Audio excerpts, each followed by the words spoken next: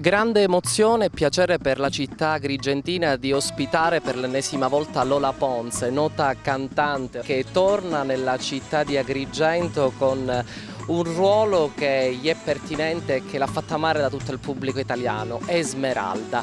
Con che emozione ritorni nella città dei templi a reinterpretare lo stesso ruolo? È un'emozione unica, gigante, sono molto felice di essere qua perché è anche il ritrovo non solo di Notre Dame de Parigi in questa città, sino degli amici, delle persone che lo hanno visto tanti anni fa e ci ritroviamo insieme, e poi la magia che succede con i ragazzi in scena, no? Molto felice e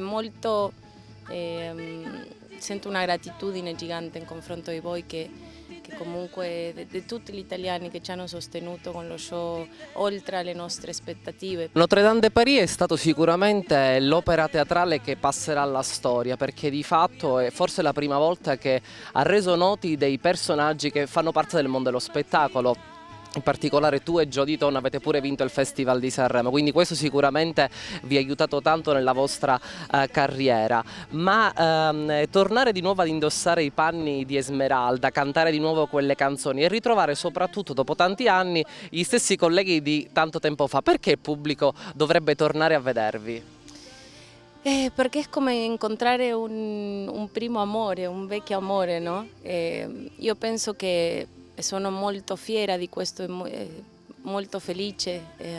A me come artista mi ha costruito Notre Dame de Paris. Ho iniziato fin da bambina a cantare alle 8 anni, però le osse me le sono fatte su quel palcoscenico, con ormai 800 show sopra le mie spalle.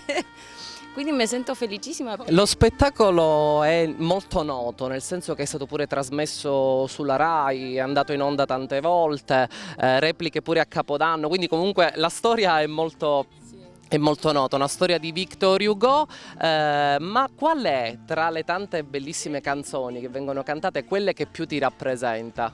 Bueno, Zingara, che è proprio la presentazione proprio del personaggio sulla scena, è quella che, boom, it's like, perché vedo per prima volta anche il pubblico.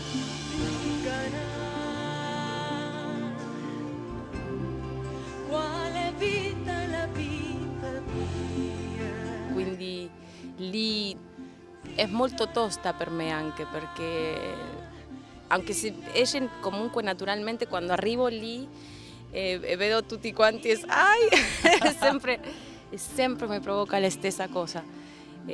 Anche un brivido sulle mie gambe, dico ok, devo continuare. È molto impegnativo come personaggio poi, perché deve essere tutto talmente naturale, ma non è, ossia, è ballare, recitare, cantare insieme, prendere il fiato, emozionarsi con il pubblico, ossia, sono tante le cose e adesso fra tutto quello devo pensare ai pannolini, che le bambine che mi guardano dalla prima fila stanno bene, quindi ho mille pensieri nella testa, però grazie a Dio e per fortuna sono tutti belli. Vi aspetto 28, 29, 30 a San Leone, lì al porto, per vivere delle notti magiche. Mua.